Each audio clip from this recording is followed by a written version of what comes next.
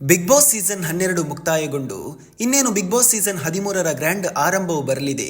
ಕಳೆದ big boss season 12ರ ಸ್ಪರ್ಧಿ Gilli ನಟನ ಹವಾ ಇನ್ನೂ ಕೂಡ ಕಡಿಮೆ ಆಗಲಿಲ್ಲ. ರಾಜ್ಯದ ಮೂಲೆ ಮೂಲೆಗಳಲ್ಲೂ ಗಿಲ್ಲಿ ಎಂಬ ಹೆಸರು ಒಂದು ಬ್ರ್ಯಾಂಡ್ ಆಗಿ ಪರಿವರ್ತನೆಗೊಂಡಿದೆ. ಇದೀಗ ಬಿಗ್ ಬಾಸ್ ಸೀಸನ್ 13ರ ಪ್ರಾರಂಭಕ್ಕೆ ಅರಮನೆಯು ಸಿದ್ಧವಾಗುತ್ತಿದೆ. ಇನ್ನೇನು ಕೇವಲ 2 ತಿಂಗಳುಗಳಲ್ಲಿ ಬಿಗ್ ಬಾಸ್ ಸೀಸನ್ 13 ಪ್ರಾರಂಭವಾಗಲಿದೆ. ಈ ಬಾರಿಯೂ ಬಾದ್ಶಾ ಕಿಚ್ಚ ಸುದೀಪ್ ಅವರೇ ಬಿಗ್ ಬಾಸ್ ಸೀಸನ್ 13ರನ್ನು ನಡೆಸಿಕೊಡಲಿದ್ದಾರೆ.